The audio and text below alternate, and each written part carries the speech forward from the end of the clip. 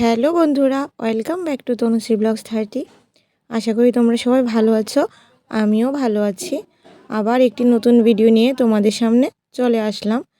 তো আজকে আমরা কোথাও একটা যাচ্ছি। আমি আর মা উবের বুক করে যাচ্ছি। তো কোথায় যাচ্ছি ওটা তোমাদের সঙ্গে এখন বলছি না, একটু বাদেই তোমরা বুঝতে পেরে যাবে। আর দেখো, আমরা একটু গ্রাম সাইডে যাচ্ছি। তো গ্রাম সাইডের পরিবেশটা খুব ভালো লাগে, খুব ভালো লাগে। আমি না আগে গ্রাম এত একটা পছন্দ করতাম না। কিন্তু এখন বুঝি, আগে তো ছোট ছিলাম, এখন বুঝি যে গ্রাম্য পরিবেশটাই সবথেকে সুন্দর। প্রাকৃতিক পরিবেশটা খুবই ভালো লাগে, তাই না? তো দেখো, আমরা গাড়ি দিয়ে যাওয়ার সময় তোমাদের সঙ্গে বাইরের সাইডটা একটু দেখাচ্ছি। আর এটা হচ্ছে ইগনু কলেজ, যেটা চেঞ্জ করে এখানে নতুন হয়েছে। আগের জায়গাটা পরিবর্তন হয়ে এখানে হয়েছে।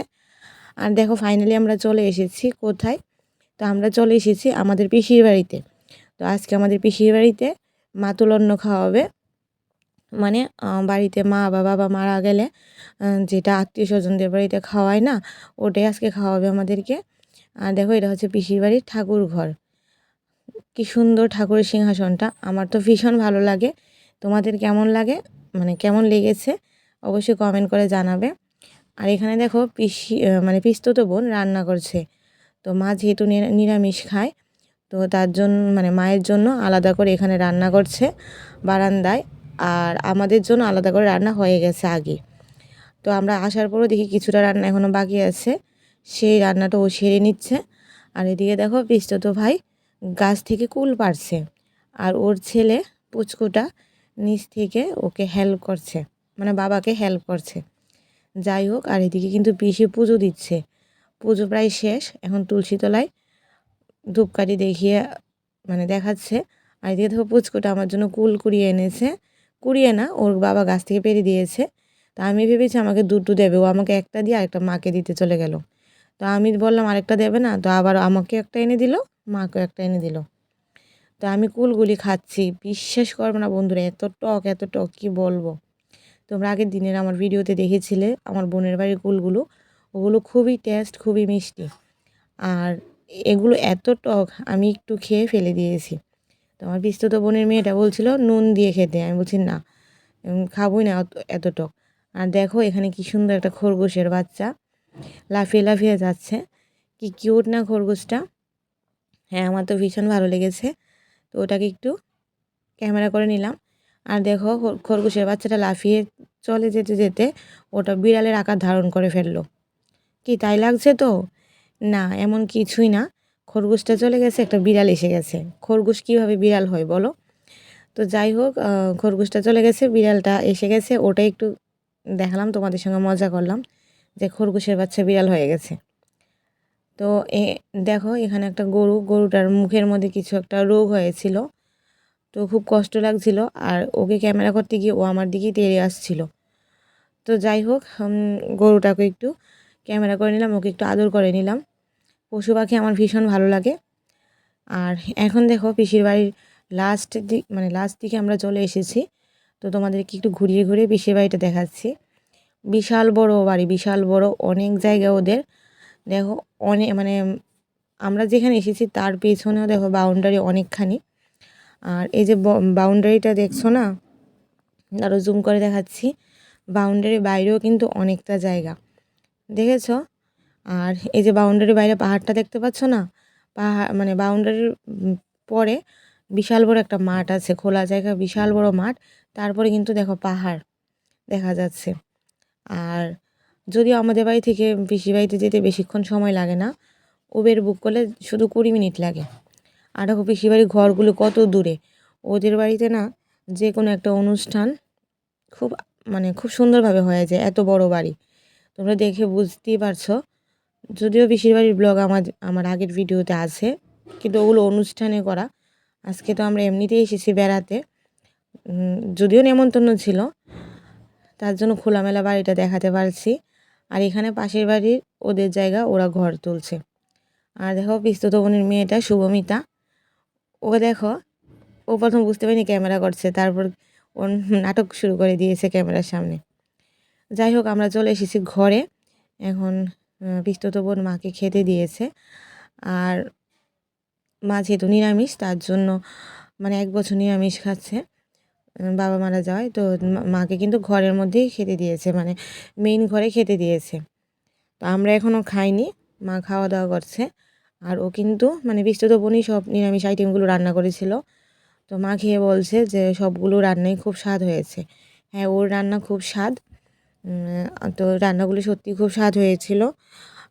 আর মা খেয়ে নিচ্ছে, এদিকে কিন্তু পুচকুটা দুষ্টুমি করছে, মানে ভাইয়ের ছেলেটা। আর দেখো দৌড়াদৌড়ি করছে ওই দিক দিয়ে। আর মা খেয়ে নেওয়ার পরে আমরা ওর মানে পিস্তুত ভাইয়ের একটা গাড়ি ছিল, ড্রজার গাড়ি। তো ওটা শুভমিতা একটু দেখাচ্ছে যে এটা একদম অরিজিনাল গাড়ির মতো। অরিজিনাল ড্রজার যেভাবে মাটি কেটে তারপরে গাড়িতে তুলে, সেম ওটাও কিন্তু এই একই রকমের ড্রজার গাড়িটা ছিল। তো ওটার পেছন দিক সামনের দিক কিভাবে কি কাজ করে ওটা একটু ও ভালোভাবে দেখাচ্ছিল। ওর ক্লিপটা দিয়ে মানে চুলের ক্লিপ দিয়ে তুলে তুলে দেখাচ্ছে। আর এদিকে কিন্তু আমাদেরকে সবাই ডাকছে ভাত খেতে। তো মানে মা তো খেয়ে নিয়েছে, আমরা বাকি ছিলাম সবাই।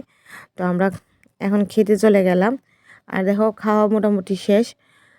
লাস্টে ছিল মাছের ফুলকপি আলু দিয়ে মাছের ঝোল। তো ওটাই খেয়ে নিচ্ছি। আর দেখো আমরা এখানে সবাই মিলে খেতে বসে গিয়েছিলাম।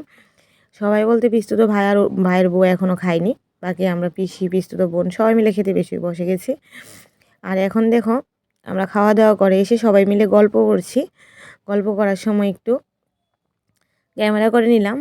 দেখো পিস্তুত বোন আর ভাইয়ের পুচকুটা, মানে ভাইয়ের যে ছেলে পুচকুটা কীভাবে মোবাইল দেখছে, ইনস্টাগ্রামে রিল দেখছে বসে বসে, সঙ্গে আমার মাও একটু দেখছে। যাই হোক, ওরা এখন আবার সঙ্গে চিপসও খাচ্ছে।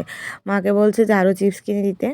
তো যাই হোক, মা ওদেরকে দোকানে নিয়ে গিয়ে আবারও ওদের জন্য চিপস চকলেট কিনে নিয়ে আসলো। আর দেখো এখানে সবাই মিলে কিন্তু আমরা গল্প করছি। পিসি, পিস্তুত বোন, পিস্তুত ভাই, মানে ভাইয়ের বউ, তারপরে ভাই ঘুমিয়ে আছে। তো আমি বলছি একটা উবের বুক করে নিই, এখন বাড়িতে চলে যাব। ওরা বলছে না, আরেকটু থেকে যেতে। তো যাই হোক, সন্ধ্যা হয়ে আসছিলো, বাড়িটাও ফাঁকা, তার জন্য আমরা বেরিয়ে পড়েছি। আর দেখো মোটামুটি সন্ধ্যা কিন্তু হয়ে গিয়েছিল তখন, তাই না? আর এই যে দেখো মানে আমরা যখন অর্ধেকটা রাস্তায় এসেছি, প্রায় সন্ধ্যার হয়ে গেছে, অন্ধকার হয়ে গেছে। তো গাড়িতে প্রচণ্ড ঠান্ডা লাগছিল, তার জন্য পিসির বাড়ির সাইডটা একটু ফাঁকা, তো ঠান্ডাই, তার জন্য মা আর আমি চাদর পেঁচিয়ে নিয়েছি, কারণ আমার কাশি তো, ঠান্ডা লেগে যেতে পারে, চাদর পেঁচিয়ে নিলাম। তো পিসির বাড়ি থেকে এসে গেছি, ব্লগটা শেষ করিনি। পরের দিন সকালবেলা আমি অনেকগুলো কাপড় চোপড় ধুয়ে দিয়েছি। কিছু গরম জামা কাপড়ও ছিল, ওগুলোও ধুয়ে দিয়েছি। এখন তো গরম এসে গেছে, সবগুলো তুলে ফেলতে হবে। চাদর, সোয়েটার, অনেক কিছু, বেডশিট, অনেক কিছু ধুয়ে দিয়েছি। আর এখন পর্যন্ত যারা আমার ভিডিওটা দেখছো কিন্তু লাইক করোনি, অবশ্যই একটা লাইক করো।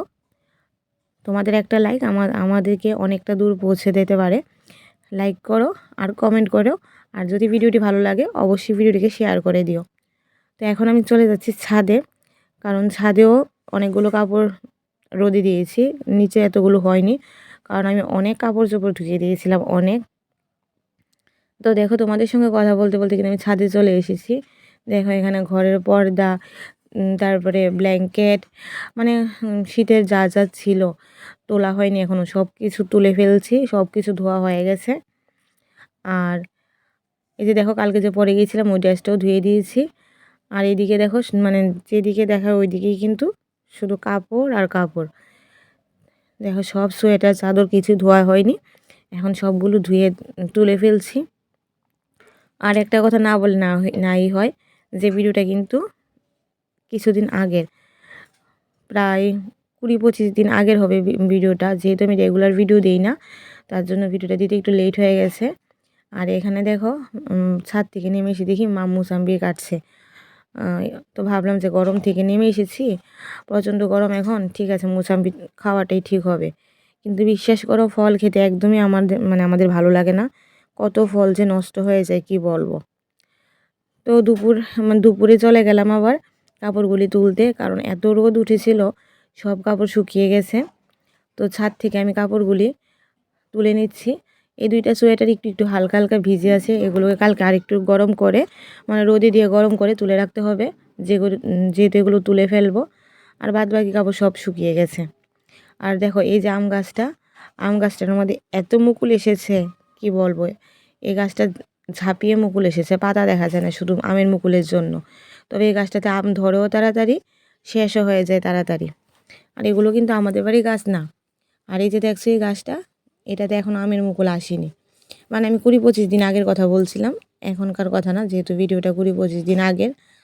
আর দেখো মানে এই ছাদের চারদিকে শুধু আম গাছ। ওই দেখো এদিকেও একটা আম গাছ, দেখেছো, অনেক দূরে একটা আম গাছ। তারপরে এদিকেও দেখো, এদিকে হচ্ছে একটা কামরাঙ্গা গাছ, প্রচুর কামরাঙ্গা ধরে আমাদের পাশের বাড়িতেই। এখন কিন্তু কামরাঙ্গা নেই। আর দেখো এখানেও কিন্তু আরেকটা গাছে প্রচুর মুকুল ধরেছে, প্রচুর মুকুল। তো এখন আমের ছোট ছোট মানে আম ধরে গেছে, যেহেতু ভিডিওটা একটু কিছুদিন আগের। এখন আম ধরে গেছে, আর তখন মুকুল অবস্থায় ছিল। যাই হোক, আজকের ভিডিওটা আমি এখানেই শেষ করে দিচ্ছি। নেক্সট ভিডিওতে আবার তোমাদের সঙ্গে দেখা হচ্ছে। ততক্ষণের জন্য টাটা, বাই বাই।